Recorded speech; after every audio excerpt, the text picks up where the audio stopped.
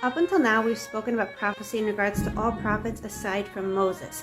Moses was in a different category. While all prophets fell into a dreamlike state to prophesy and they lost control of their body, Moses remained fully awake. Numbers chapter 12, verses 6 to 8 tells us, he said, "Please listen to my words. If there be prophets among you, I, the Lord, will make myself known to him in a vision. I will speak to him in a dream. Not so is my servant Moses. He is faithful throughout my house. With him I speak mouth to mouth, in a vision and not in riddles, and he beholds the image of the Lord." Likewise, Exodus 33:11 tells us, "Then the Lord would speak to Moses face to face, as a man would speak to his companion." Now, it's important to note here that when the Torah uses the words face to face and mouth to mouth, we're not speaking about a human being speaking with Moses. The Torah tells us very specifically that God is not a man in Numbers 23:19. And in the same chapter that it says Moses spoke to God face to face, it also says that God said to Moses, "No man shall see my face and live." So what does it mean?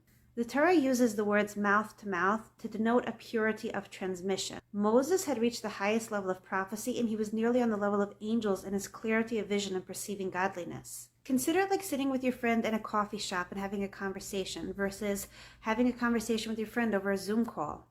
Though you can see your friend and you understand his words and you see the image, it doesn't mean that there's a purity of transmission. There's something in between you.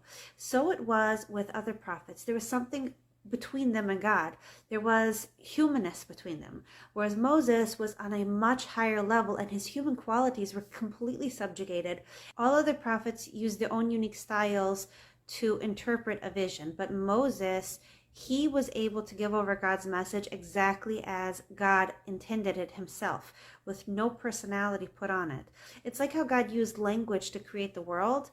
Well, in the Torah, it's God's own language. The other prophets had God's stamp of approval, but it was a lower level of prophecy. Exodus 33 also tells us that he spoke to God as a friend. What this means is that unlike other prophets who had to approach God and they might spend their entire lives waiting to be accepted for prophecy, Moses was able to prophesy at will. He was able to approach the tent of meeting and receive prophecy whenever he needed to. Deuteronomy 34:10 tells us that there was never another prophet like Moses, and the Jewish people consider him the father of all prophets, both those who preceded him and those who came after him. There will never be another person on the level of Moses who is able to give over God's words exactly as God meant it, without any personality involved in it. Now here's a super important point.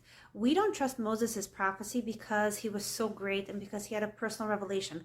We trust the prophecy of Moses because the Jewish people, when we stood at the foot of Mount Sinai, estimated between 2 and 3 million people, we all heard God speak. Every single one of us, from little babies to the elderly. 10 Commandments. We all heard God speak, the first of the 10 Commandments.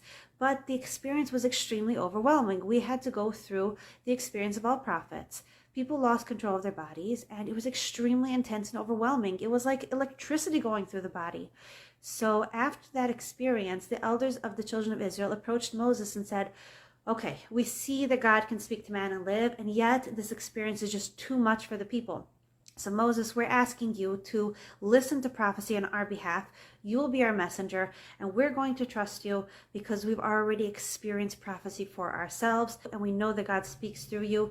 So we are going to trust you." And we dedicated Moses as a messenger from God. And because of that, because we have seen prophecy, we experienced it together with Moses, and we knew that it was a real and true event and that he was a true prophet. Only based upon that can we trust his prophecy. Up next, we're going to talk about how to distinguish a real prophet from a fake prophet. So stay tuned.